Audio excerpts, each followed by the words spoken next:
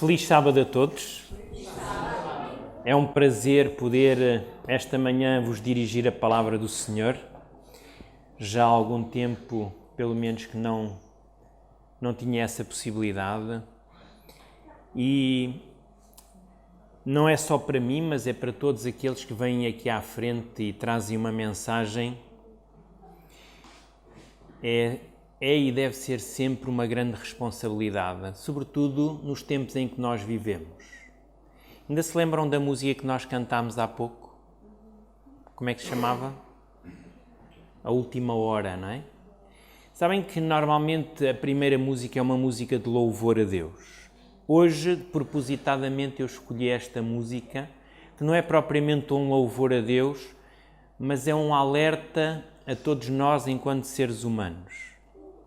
Eu não sei se os irmãos têm-se dado conta, mas nós estamos a viver tempos solenes na história deste mundo. Quando nós olhamos as notícias, nós percebemos que há qualquer coisa que parece que está na iminência de acontecer, é ou não é? Nós, por exemplo, ouvimos os dirigentes da Suécia dizer ao seu povo: preparem-se porque nós vamos entrar numa guerra. Nós vemos, por exemplo, os dirigentes da Polónia dizerem, a convocarem os jovens para se inscreverem no exército, porque eles preveem uma guerra. E não é só homens, é também mulheres. Nós vemos a Alemanha e outros países da Europa a apostarem no armamento. Nós vemos o Presidente dos Estados Unidos a pedir ao seu povo para armazenarem comida. E nós que temos as profecias e conhecemos a palavra de Deus, isto devia nos abrir ainda mais o entendimento, porque se os homens estão a ver tudo isto, estamos nós a dormir? Então, quando alguém vem aqui à frente trazer uma mensagem, deve pensar que está a fazê-lo para uma congregação que precisa de alimento para estes últimos tempos que nós estamos a viver nesta terra. Eu acredito que nós estamos a viver os últimos tempos nesta terra. Não podemos nos distrair com mensagens que são bíblicas, mas que muitas vezes não nos chamam à razão, não nos chamam a tomar decisões, não nos chamam, se calhar, a percebermos os tempos que nós estamos a viver. Não quero com isto que os irmãos achem que eu estou a ser presunçoso, não é? Quero só que pensem realmente que nós estamos a viver momentos solenes. Há um texto que a Ruth partilhou comigo há uns dias atrás, do Espírito de Profecia. Aliás, são dois. Eu vou ler um deles, em que Ellen White diz assim: só nos resta, por assim dizer, um pequeno instante, mas, conquanto nação se esteja levantando contra nação e reino contra reino, não se desencadeou ainda o conflito geral. Então ela está a dizer que vai haver um conflito geral. E quando nós olhamos os dirigentes deste mundo, eles estão-se a preparar para uma terceira guerra mundial, não é? Vocês ouvem isto? E Ellen White continua dizendo assim: ainda os 4 ventos sobre os 4 cantos da terra estão sendo retidos. Ainda os 4 ventos estão a ser retidos. Nós sabemos, a Bíblia diz-nos por quem? Quem é que está a reter esses ventos? São os anjos, não é? Então, esse grande conflito e conflito geral não se desencadeará ainda porque os 4 anjos estão a reter os 4 ventos. E reparem agora o que ela diz. E porquê é que eles estão a reter os 4 ventos? Ela diz assim: até que os servos de Deus estejam assinalados nas testas. Então as potências do mundo hão de se mobilizar suas forças para a última e grande batalha. O que é que os anjos estão a reter? São os ventos que significam guerras, não é? Lutas, conflitos. E eles ainda estão a reter porquê? Porque Deus está a assinalar aqueles que vão ser salvos. Queridos irmãos, desde 1844 nós vivemos isto, não é? Nós vivemos o tempo do juízo. E o tempo do juízo começou com Adão, com todos aqueles que se colocaram nas fileiras de Deus, até aos nossos dias. E nós temos que perguntar quando é que chegará o nosso tempo. Será que o nosso tempo já chegou ou está a chegar neste momento? Será que o Senhor, neste momento, já reviu tudo o que era julgamento dos mortos e já começou o julgamento dos vivos? O mundo está em conflito. Os filhos de Deus vão ser assinalados. Será que eu estou do lado certo? É importante nós pensarmos nisto. Queridos irmãos, hoje a mensagem que eu gostaria de partilhar convosco encontra-se no livro do Apocalipse, no capítulo 2. E eu gostava que abrissem e me acompanhassem, pelo menos na leitura. Apocalipse 2, a partir do versículo 18.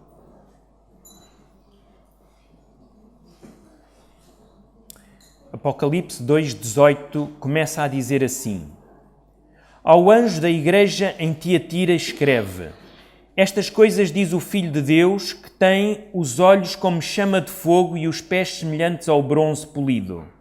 Conheço as tuas obras e o teu amor, a tua fé, o teu serviço, a tua perseverança, as tuas últimas obras mais numerosas do que as primeiras. Tenho, porém, contra ti tolerares que esta mulher, Jezabel, que a si mesma se declara profetiza, não somente ensine, mas ainda seduza os meus servos a praticarem a prostituição e a comerem coisas sacrificadas aos ídolos. Dei-lhe tempo para que se arrependesse, ela todavia não quer arrepender-se da sua prostituição. Eis que a prostro de cama, bem como em grande tribulação, os que com ela adulteram, caso não se arrependam das obras que ela incita. Matarei os seus filhos e todas as igrejas conhecerão que eu sou aquele que sonda mentes e corações e que vos darei a cada um segundo as vossas obras. Digo, todavia, a vós outros, os demais de Tiatira, a tantos quanto não têm esta doutrina e que não a conheceram, com eles dizem as coisas profundas de Satanás.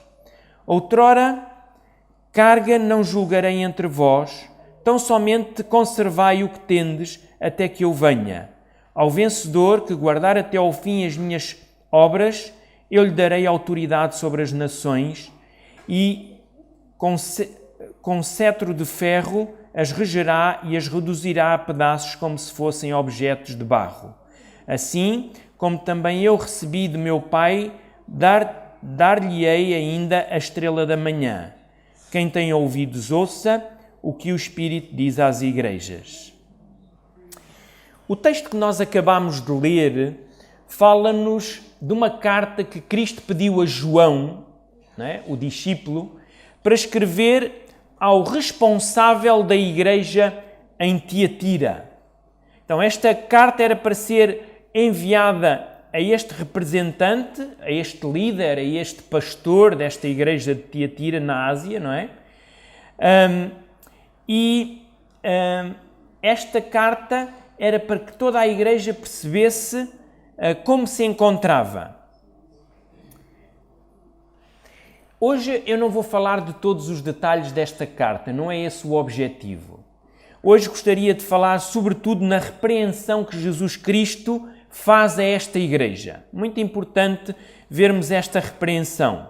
Quando Jesus escreve a esta igreja ou a qualquer daquelas 7 igrejas da Ásia, Jesus tem 3 objetivos. O primeiro, Jesus está a falar concretamente com uma igreja que existiu no primeiro século.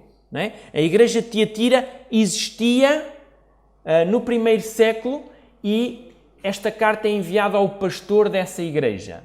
Então, havia uma mensagem direta àquela igreja, mas Jesus também tinha como objetivo mais 2 coisas.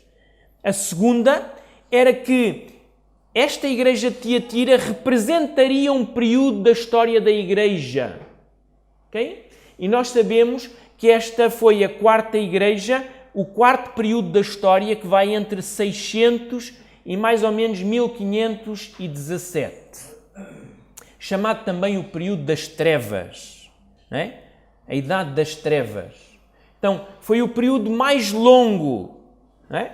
E aqui Deus vai trazer uma mensagem a esta igreja. E finalmente existe também um outro objetivo, e esse é o que eu gostaria também que nós hoje tomássemos atenção. É que Jesus tem como objetivo, ao trazer uma mensagem à igreja, falar a cada um de nós individualmente. Então esta mensagem a Tiatira é também uma mensagem para mim. É uma mensagem para cada um de nós que aqui está hoje. Okay? Então é muito importante termos isto em consideração. Reparem que a repreensão nós encontramos a partir do versículo 20. Tenho, porém, contra ti o tolerares esta mulher Jezabel, que a si mesmo se declara profetiza. Não somente ensine, mas ainda seduza os meus servos a praticarem a prostituição e a comerem coisas sacrificadas aos ídolos. Dei-lhe tempo para que se arrependesse, ela todavia não quer arrepender-se da sua prostituição. Eis que a prostro de cama, bem como em grande tribulação os que com ela adulteram, caso não se arrependam das obras que ela incita. Matarei os seus filhos e todas as igrejas conhecerão que eu sou aquele que sonda mentes e corações e vos darei a cada um segundo as vossas obras. Esta é a repreensão que Jesus faz a esta igreja. É curioso que antes da repreensão Jesus enaltece a igreja. Reparem que no versículo 19 diz: conheço as tuas obras, o teu amor, a tua fé, o teu serviço, a tua perseverança, as tuas últimas obras mais numerosas do que as primeiras. De certa forma, aquilo que Jesus diz desta igreja é algo que ele não diz das outras. É algo extraordinário. Reparem que Jesus foca aqui as obras, o amor, a fé, o serviço, a perseverança, e depois Jesus mostra que esta igreja, se tinha boas coisas, ela ia mais além, não é? Ela ia mais além. As suas obras eram cada vez maiores. Então, Jesus enaltece esta igreja por tudo aquilo que ela tem, mas ele teve que alertar para um problema que se estava a passar dentro da igreja. E este problema teve a ver com uma mulher chamada Jezabel. Aliás, nós poderíamos dizer que a mulher não era propriamente, o seu nome não era propriamente Jezabel. Jesus propositadamente chamou-a de Jezabel. E quando Jesus chama esta mulher que estava a influenciar a igreja de Tiatira, Jesus chama-a de Jezabel porque Jesus tinha a intenção de associá-la realmente a esta mulher que viveu um período da história do povo de Israel. Nós já vamos falar um bocadinho sobre ela, não é? Então, nós sabemos que Jezabel era uma princesa fenícia, ou seja, uma princesa pagã. Ela era filha de um rei pagão e sacerdote. Esse rei era rei e sacerdote. E ela casou-se com o rei Acabe, que era rei em Israel, na parte norte, não é? Nós sabemos que Israel estava dividida em 10 tribos, e então Acabe dirigia o reino do norte. Okay? E esta mulher tinha casado com Acabe e tinha levado o povo de Deus à prostituição espiritual. Tinha trazido para dentro de Israel o culto a Baal. Ela era uma devota do deus Baal, ok? Então, esta mulher, estamos a falar em Jezabel, que viveu na história de Israel. Esta mulher que Jesus chama em Apocalipse de Jezabel, de certa forma, também tinha levado a igreja de Tiatira a prostituir-se. E é interessante nós pensarmos o que é que se passava, não é? Vejam, esta mulher que tinha entrado na igreja de Tiatira, ensinava à igreja a conformidade com o mundo. E porquê é que nós dizemos isto? Porque o texto diz que ela levou o povo, neste caso a igreja, à prostituição espiritual. Sabem que nesta cidade de Tiatira havia o culto ao deus Apolo. Era considerado o deus Sol ou o deus da luz, também conhecido como o deus da luz da verdade, não é? Então o deus Apolo era o principal deus desta cidade. Mas também havia nesta cidade outros deuses. Sabem porquê? Porque havia várias federações de comerciantes. Imaginem, por exemplo, nós tínhamos os comerciantes de animais, os comerciantes de vestes, não é? De tecidos, os comerciantes de comida, de fruta, de cereais, de alimentos, peixe, carne, não é? Tínhamos as várias federações associadas. Elas organizavam-se e cada uma delas tinha o seu próprio Deus.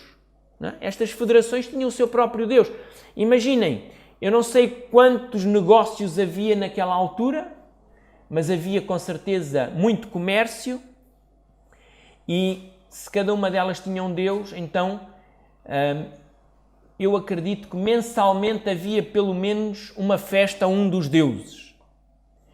E então o que esta mulher vinha ensinando dentro da igreja era que não havia problema em poder frequentar estas festas, comer essa carne que era dedicada aos ídolos, não havia problema. Era a conformidade com os rituais que haviam na época.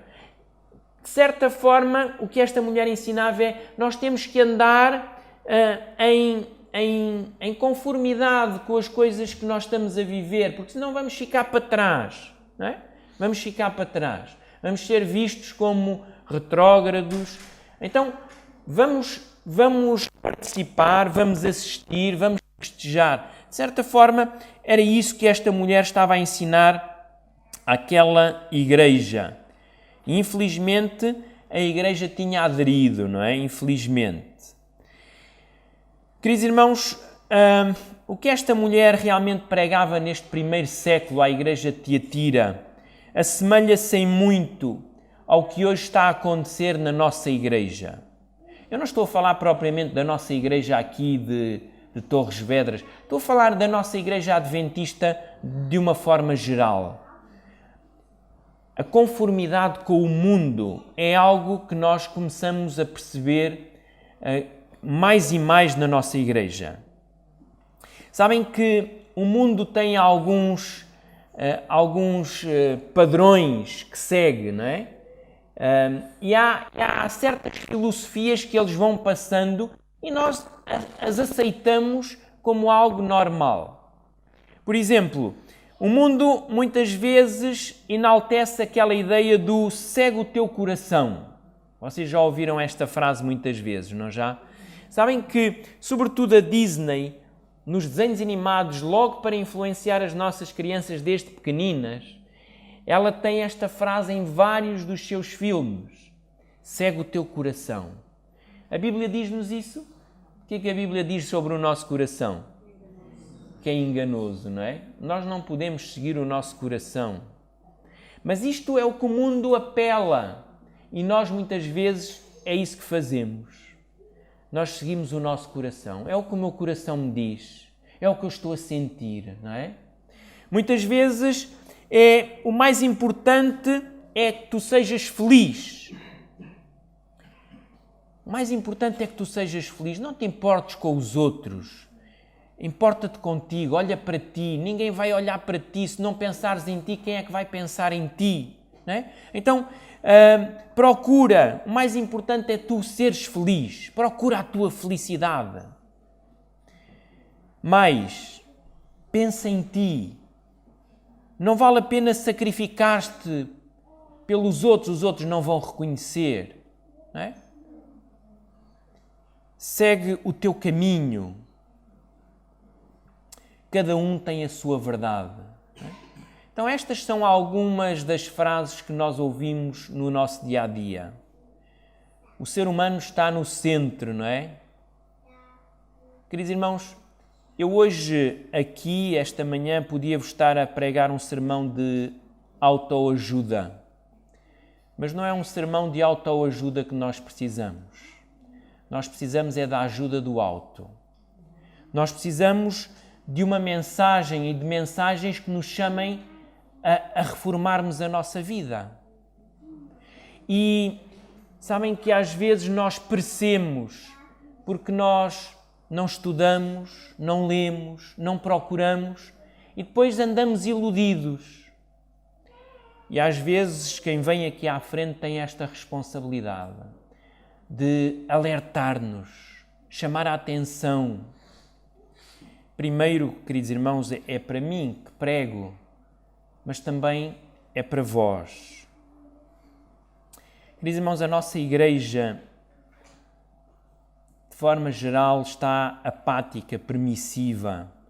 Deixou de ser uma igreja autoritária para lutar contra o mal, para ser uma igreja subordinada ao mal.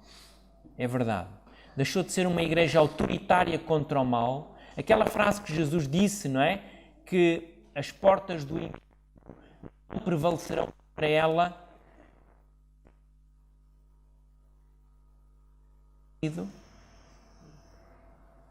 Será que muitas vezes o diabo não tem tirado as suas vitórias? Queridos irmãos, a nossa igreja, ela foi chamada precisamente para isso, para sermos uma autoridade contra as portas do inferno. E o que Deus deseja é que nós continuemos a estar firmes do lado certo. O que é que Jezabel tem feito contra a igreja de Deus nos nossos dias? O que é que este espírito de Jezabel tem feito contra nós? Queridos irmãos, eu gostava hoje de ver convosco 3 obras que o espírito de Jezabel tem trazido sobre a igreja. A primeira nós encontramos no primeiro livro de Reis. Eu gostava que abrissem. Primeiro livro de Reis e vamos ler o capítulo 18. 1 de Reis 18, versículo 4, diz-nos assim: Porque quando Jezabel exterminava os profetas do Senhor, Obadias tomou 100 profetas de 50 em 50 e os escondeu numa cova e os sustentou com pão e água. Vejam o que se estava a passar. No tempo de Jezabel, ela tentou destruir quem? Os profetas de Deus. Quem eram os profetas de Deus? Os profetas de Deus eram homens que estavam, de certa forma, ligados a Deus. Era ou não era? Estavam comprometidos com Deus. Então, estes profetas estavam agora a ser alvo de quê? De uma chacina, não é? Ela iria ou queria destruir todos os profetas de Deus. E houve este homem, que era um servo do palácio, Obadias. Atenção, não confundamos este homem com o profeta Obadias, é outro. Também se chamava Obadias, mas era um servo no palácio. Okay? Era um servo no palácio. E o que é que este servo fez? Apesar de ele ser um servo do rei, o que é que ele estava a fazer? Pondo em risco a sua própria vida, ele estava a esconder os profetas de Deus. Diz que os escondeu numas cavernas, não é? E alimentava-os com o pão e a água do rei. Interessante. Sabem que nós estávamos a viver aqui um período de seca em Israel. Não havia comida, ou a comida era rara. Mas este homem teve a coragem de esconder o povo de Deus, neste caso, os profetas de Deus. Os profetas, aqueles que estão comprometidos com a verdade, não é? Então, esta mulher, a primeira coisa que desejou fazer foi destruir a verdade. Destruir a verdade. Então ela tinha os seus profetas, ela tinha 450 profetas de Baal, mais 400 profetas de Astarote, e com estes profetas ela tentou mudar a verdade de Deus na verdade que ela queria, não é? A verdade do culto a Baal. Queridos irmãos, imaginem vocês no lugar daqueles profetas, como é que se sentiriam? Por um lado, podíamos pensar, bem, estamos protegidos. Mas por outro também podíamos pensar assim, ora bolas, então nós não somos servos de Deus. Quer dizer, os outros profetas, os falsos, estão lá a comer na mesa do rei. E nós aqui a pão e água, não é? Queridos irmãos, às vezes os filhos de Deus passam por dificuldades. Olhamos à nossa volta e dizemos, pois aquele faz isto e faz aquilo, está com mais sorte do que eu, não é? Vive melhor do que eu, tem mais do que eu. Queridos irmãos, às vezes nós temos que retirar estes pensamentos da nossa cabeça. E retirá-los porquê? Porque nós temos que olhar as bênçãos, não é? Nós, em vez de murmurarmos como o povo de Israel fez quando saiu do Egito, nós devemos olhar para o pouco que nós temos e dizer assim, graças a Deus que eu ainda o tenho. É ou não é? Por exemplo, estes profetas poderiam dizer, nós estamos a salvo, Deus escolheu alguém para nos proteger, não é? Olhar para estas coisas e dizer, bendito seja o Senhor. Temos pão e água. O que é que pão e água na Bíblia significam? Não é? Queridos irmãos, se nós temos Jesus, nós não temos que lamentar, nós temos que crer que o caminho que nós estamos a fazer é aquilo que o Senhor quer que a gente percorra. E saber que o Senhor está ao nosso lado a comandar e a dirigir a nossa vida. Por isso, se hoje estão a viver uma dificuldade muito grande e olham para o lado e dizem assim, aquele está melhor do que eu, é dizer, Senhor, tira de mim este pensamento. Aquele está melhor do que eu, mas o fim dele, como Asaf fez no Salmo 73, o fim dele, quando eu entrei no santuário, eu vi o fim dele. E o nosso fim é o outro, queridos irmãos. Quando nós obedecemos a Deus, o nosso fim é a vida eterna. E é isso que nós procuramos aqui. Queridos irmãos, a verdade é que neste tempo, nesta época, Jezabel estava a tentar destruir o espírito de profecia, a verdade dentro da sociedade, dentro do reino de Israel. Às vezes nós pensamos, e nós temos este privilégio de termos hoje o dom de profecia, não é? Mas o dom de profecia não é só Ellen White, é tudo aquilo que os profetas nos escreveram, é a Bíblia toda, é o dom de profecia, certo? Então, nós às vezes pensando que temos o dom de profecia, podemos chegar ao pé de uma pessoa e dizer, olha, estás a viver essa dificuldade, não te preocupes, Deus vai te ajudar. E achamos que ter o dom de profecia é isto, é chegar e animar a pessoa. Mas o dom de profecia também é o dom que nos adverte, nos sanciona, não é? O dom de profecia é também dizer, olha, estás a viver esse mal, deixa o teu pecado. É importante nós dizermos a verdade. O dom de profecia não é só passar as mãos nas costas, vai ficar tudo bem. Não, é dizer também as coisas tal qual elas são, queridos irmãos. Sabem que o profeta de Deus, os profetas de Deus nunca foram assim muito bem-vindos. É ou não é? Vocês conhecem a Bíblia ao lê-la? Quantos profetas de Deus morreram nas mãos do povo? E Jesus fala disso, não é? Jesus fala disso em parábolas, não é? Aquele senhor que saiu, deu a vinha, não é? E depois veio buscar a renda. E o que é que eles fizeram aos servos que vieram buscar a renda? Não é? E até fizeram isso ao filho, é ou não é? Queridos irmãos, em Jeremias 28, 8 e 9, eu vou ler para nós avançarmos, diz assim: os profetas que houve antes de mim e antes de ti, desde a antiguidade, profetizaram guerra, mal e peste contra muitas terras e grandes reinos. Às vezes nós temos a noção que o profeta é só para nos dizer palavras de fortalecimento. Não, aqui diz que os profetas da antiguidade profetizavam guerra, mal e peste. A mensagem do profeta não era uma mensagem que soasse bem aos ouvidos. E porque não soava bem, o que é que acontecia? Eram perseguidos e muitas vezes mortos, não é?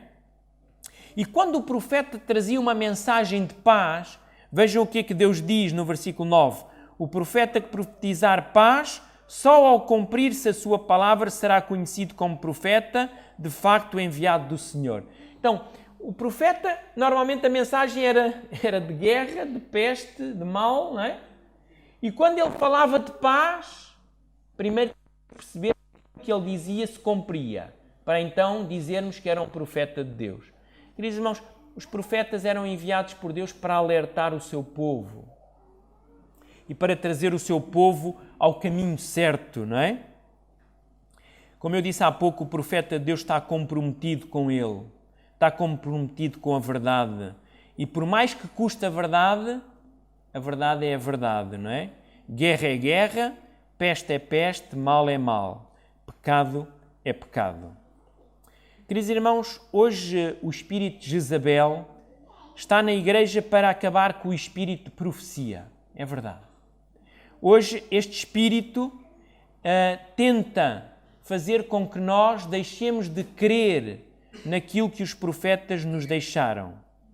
O apóstolo Paulo, na segunda carta a Timóteo, no capítulo 4, versículo 2, diz assim: prega a palavra, insta, quer seja oportuno, quer não. Corrige, repreende, exorta com toda a longanimidade e doutrina. Pois haverá tempo em que não suportarão a sã doutrina. Pelo contrário, cercar-se-ão de mestres segundo as suas próprias cobiças, com que, sentindo coceira nos ouvidos, e se recusarão a dar ouvidos à verdade, entregando-se a fábulas. Queridos irmãos, hoje na igreja acontece muito isto. Hoje as pessoas gostam de se cercar de pregadores que lhes possam dizer aquilo que elas querem ouvir e não aquilo que elas precisam de ouvir. Às vezes, quando alguém prega uma mensagem mais enfática, mais exortativa, vão dizer: olha, aquilo é fanatismo, olha, aquele está a exagerar, ou aquele é muito radical.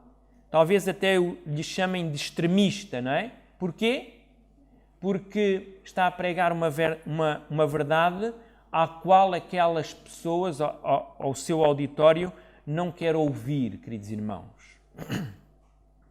Preferem escolher ou ouvir que lhe contem fábulas. Preferem pregadores que contem historinhas, não é? Queridos irmãos, infelizmente, existem muitos líderes que contam fábulas e existem muitos membros de igreja que gostam de ouvir fábulas. Neste sentido, a igreja foi envolvida por este espírito de Jezabel. Agora é fácil nos conformarmos com o mundo.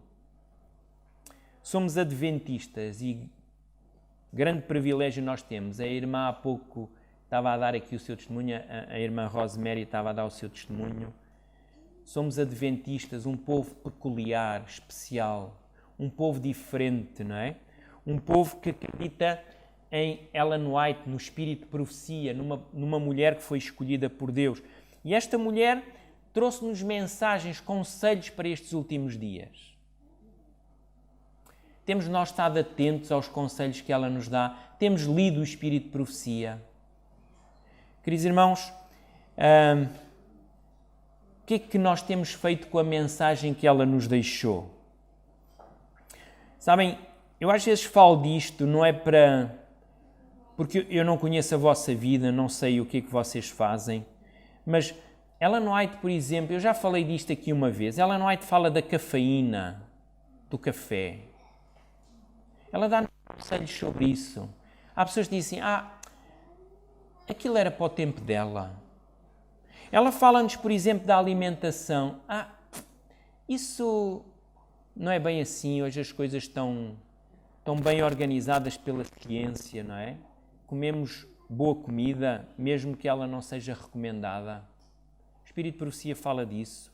Fala sobre a educação dos filhos. Às vezes nós queremos ter filhos diferentes, filhos para o Senhor, mas educamos os filhos como as outras pessoas do mundo educam.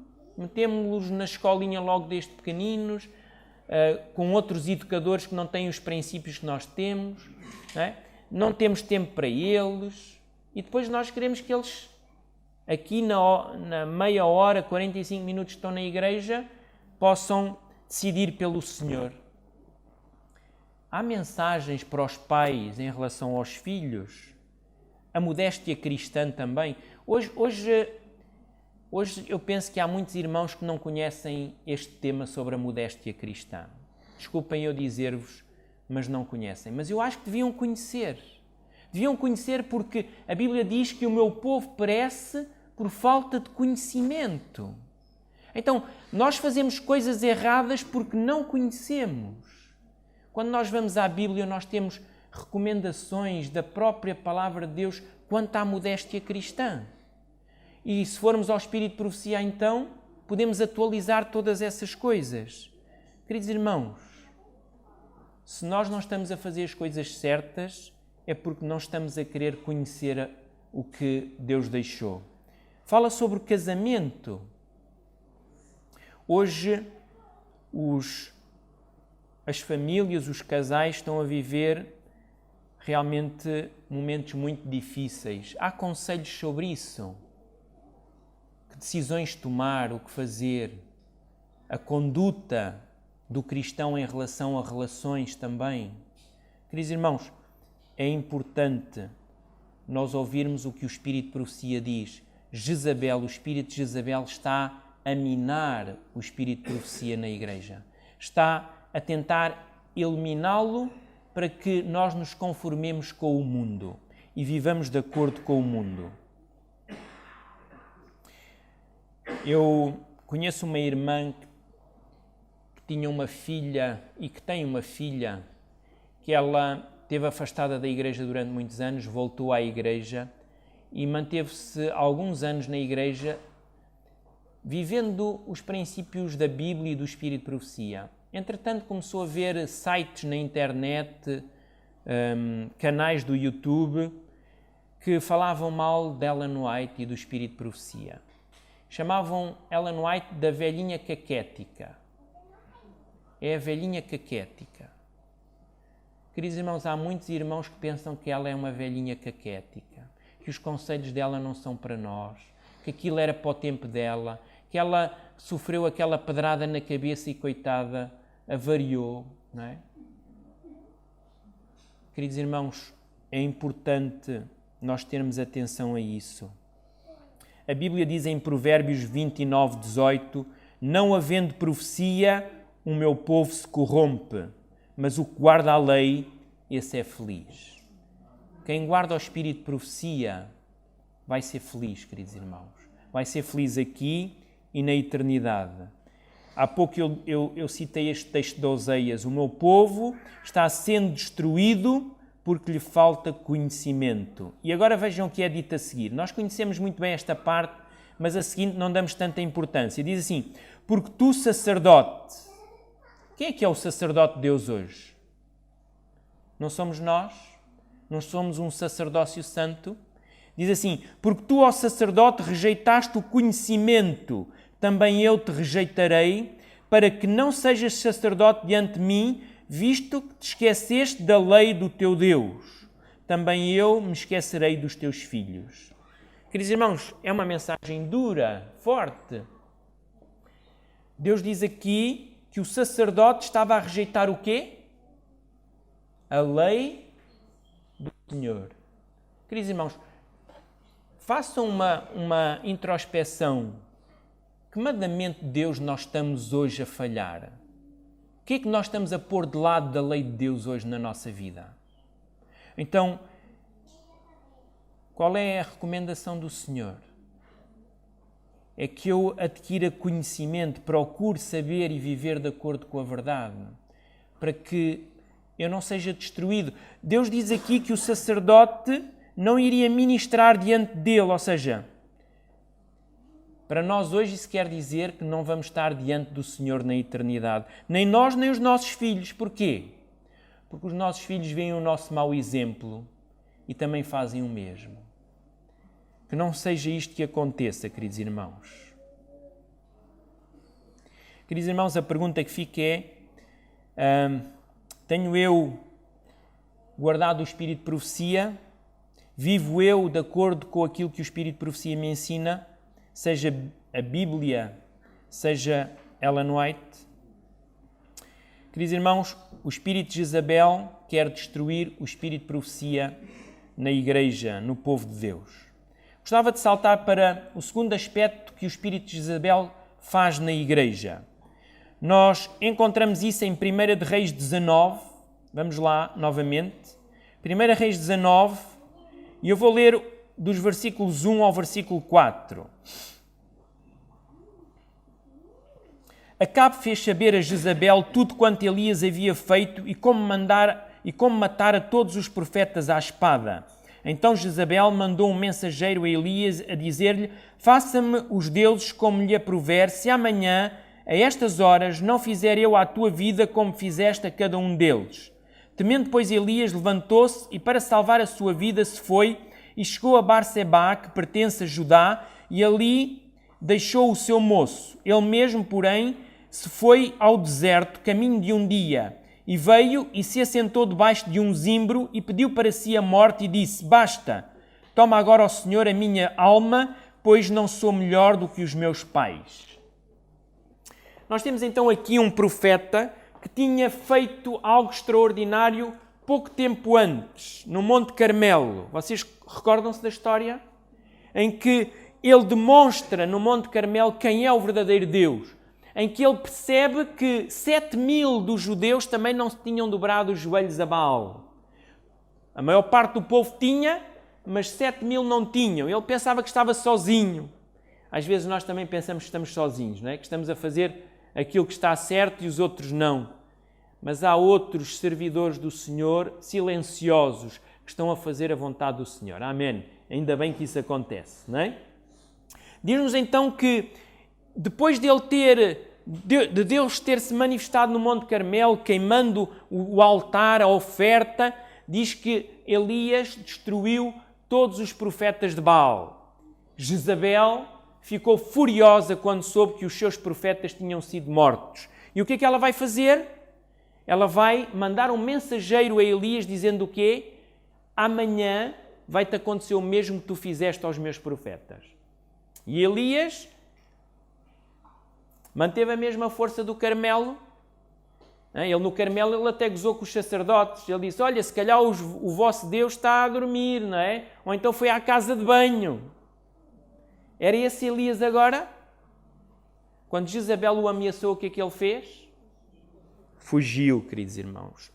Diz-nos que Elias fugiu de Jezabel com medo desta mulher. Diz que ele foi e sentou-se à beira do caminho, debaixo de um zimbro, não é? De uma árvore. Desanimado. Desanimado ao ponto do quê? Pediu a sua própria morte, não é? Não queria viver mais. Como é que é possível? Queridos irmãos, de certa forma, Elias mostra aqui um pouco a nossa caminhada. Às vezes nós temos momentos altos na nossa vida espiritual, outras vezes mais em baixo, não é? Umas vezes estamos no topo, estamos fortes, ajudamos os outros, outras vezes queremos desistir de tudo, abandonamos tudo, não queremos saber de nada, é ou não é? Sabem, o espírito de Jezabel cria este sentimento em nós: não vales nada. O que tu fizeste foi errado demais, Deus não te vai perdoar. Deus não vai querer saber de ti. Esquece, desiste. Então, o espírito de Jezabel faz isto dentro da igreja do Senhor. Faz-nos desistir. Às vezes é porque um irmão nos disse alguma coisa menos boa. Ele disse-me isto, então não vou aparecer mais na igreja. Não vou querer saber mais disto. Não é? Vou desistir de tudo aquilo que o Senhor me chamou até agora para fazer. É um espírito de desânimo que muitas vezes acontece. Queridos irmãos, infelizmente, há muitos irmãos como Elias que se sentam à beira do caminho, não é? Saem do caminho, sentam-se à beira do caminho e desistem. E é isto que o diabo quer, é que nós desistamos e nos sentemos, não é? À beira do caminho, à sombra de uma árvore, não é? Queridos irmãos, nós temos de ter cuidado com a persuasão que Satanás faz, não é? As armadilhas que ele coloca na nossa vida. Temos que estar atentos. Se nós estamos no caminho certo, o inimigo fará tudo para nós desistirmos do caminho. E reparem que, por exemplo, Paulo, na segunda carta aos Coríntios, no capítulo 2, versículo 11, ele diz assim: para que Satanás não alcance vantagem sobre nós, pois não lhe ignoremos os propósitos. Satanás tem propósitos. Nós não podemos nos distrair destes propósitos. Satanás, ele fará tudo para nos fazer desistir do caminho que nós estamos a fazer. A verdade é que Jezabel conseguiu colocar o servo do Senhor de lado, não é? Então diz-nos que apareceu a Elias o quê? Deus enviou-lhe o quê? Deus enviou-lhe um anjo, não foi? Despertou-o do sono, ele estava a dormir, despertou-o do sono e fez-lhe uma comida. Foi ou não foi? É curioso, não é? Jezabel tinha um servo que tinha ido avisar a Elias que ele ia morrer. Alguém que o tinha desanimado. E Deus envia um servo, não é? Um anjo, para lhe dar ânimo. A Bíblia diz que os anjos são espíritos ministradores, não é? Que estão a trabalhar para a nossa salvação. Então Deus enviou um espírito ministrador para animar Elias. Ele comeu e voltou a dormir, não é? Diz que ele comeu pão e água, não é? E bebeu água e voltou a dormir. E então diz que o anjo voltou a acordá-lo, ele voltou a comer e diz-nos então que Deus o manda ir em direção a um lugar. Sabem onde é que Deus mandou Elias ir? Foi onde? Horebe. Alguém sabe que montanha é esta, Horebe? É a mesma que Moisés esteve. Moisés recebeu o que lá? Os 10 mandamentos é o símbolo da aliança de Deus com o seu povo, é ou não é? Então Deus o estava a dizer a Elias, olha, eu quero que tu vás ao início, onde tu fizeste a aliança comigo, porque eu ali tenho uma missão para ti. Queridos irmãos, às vezes quando o espírito de Jezabel chega à nossa vida, nós desistimos de tudo.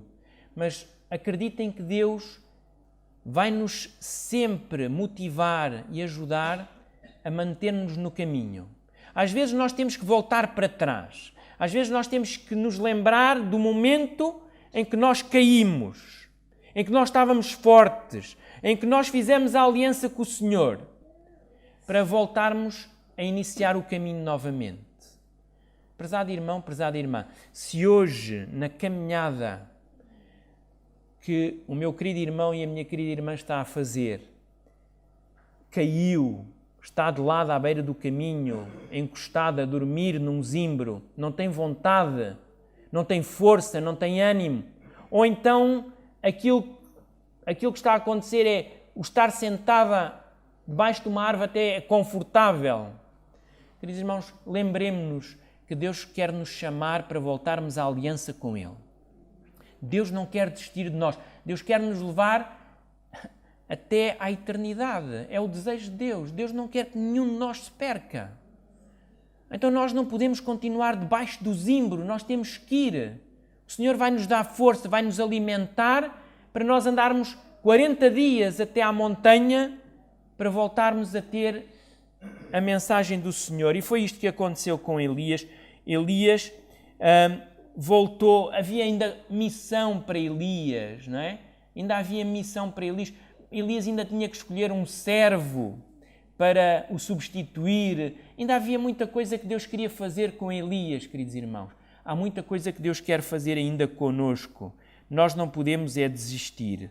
Não nos podemos contaminar por este espírito de Jezabel, não é? Gostaria ainda de mencionar um terceiro aspecto que o espírito de Jezabel traz sobre a Igreja.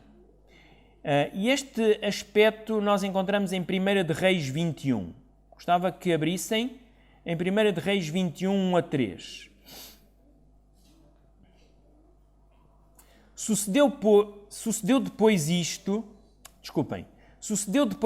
o seguinte: Nabote, o jezreelita, possuía uma vinha ao lado do palácio de Acabe, rei de Samaria, que tinha em Jezreel.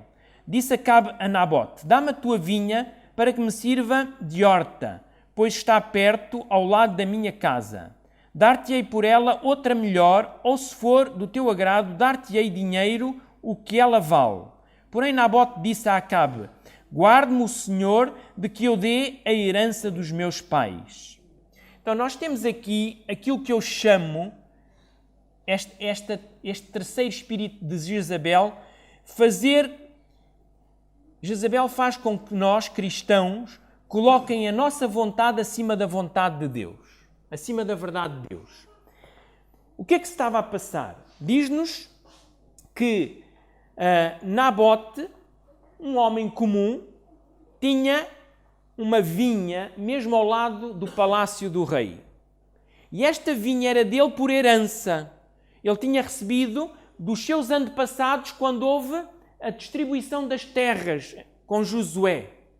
Então a terra passava de família em família. A terra não era vendida. A terra podia ser alugada, mas não vendida. Ao final do ano jubileu, a terra que tinha sido alugada a outra pessoa voltava para a família inicial. E o que Nabote diz ao rei é: rei, eu não te posso dar, nem te posso vender esta vinha. Isto era fazer algo que Deus não permitiu que eu fizesse. Não posso vender algo que pertence à minha família. Ok? E Nabote ficou triste. Tão triste, tão triste, tão triste, que chegou a casa a chorar. Desculpem, eu disse o quê, Nabote? Acabe, peço desculpa. Acabe ficou tão triste, que chegou a casa a chorar. E quem é que o encontrou a chorar? A mulher. E o que é que Jezabel vai dizer a Acabe? Ela vai lhe dizer assim, nós lemos assim mais à frente, no versículo 7, 1 de Reis 21, 7. Ela diz assim: então Jezabel, sua mulher, lhe disse: governas tu com efeito sobre Israel? Levanta-te, come e alegra-te no teu coração, e eu dar-te-ei a vinha de Nabote, o jezreelita. Então esta mulher perguntou ao marido o quê? Que ela ia fazer o quê? Ia-lhe dar o que ele queria. Queridos irmãos, o espírito de Jezabel na igreja hoje diz isto. Diz assim: não podes fazer, não te preocupes. Eu arranjo maneira de tu fazeres isso, de tu teres isso que tu queres. É contrário àquilo que Deus disse: não fazes mal, não te preocupes. O importante é tu satisfazer, estás satisfeito, estás feliz, não é? O cego que tu sentes. Este espírito de Jezabel existe hoje na igreja, queridos irmãos. Não importa o que está escrito, não importa o que Deus disse, o que é importante é que eu seja feliz. E Jezabel diz assim: é importante que tu sejas feliz. É o mais importante. Então Jezabel, o que é que ela fez? Arranjou testemunhas falsas e fez com que Nabote fosse morto, ele e a sua família. E assim ela pôde dar ao seu marido aquilo que ele tanto queria, a vinha. Queridos irmãos, é triste, não é? É triste quando nós sacrificamos a verdade para viver aquilo que nós queremos, aquilo que é o nosso desejo, muitas vezes o nosso desejo carnal. Não importa o que Deus disse, eu quero é fazer a minha vontade, é pôr a nossa vontade acima da vontade do Senhor. Queridos irmãos, era isto que estava a passar-se em Apocalipse na igreja de Tiatira. Voltemos ao texto, Apocalipse capítulo 2, versículo 20.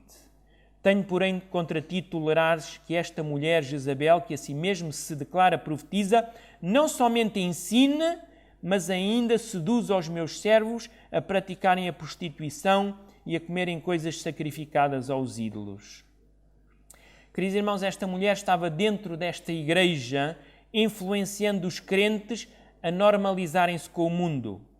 Sabem, o estranho nisto tudo não era que esta mulher estivesse a ensinar estas coisas na igreja. Nós na igreja muitas vezes ouvimos coisas que não são certas, que não estão bem. Basta às vezes alguém que venha à frente que não esteja com conhecimento de tudo e às vezes diz uma barbaridade, não é?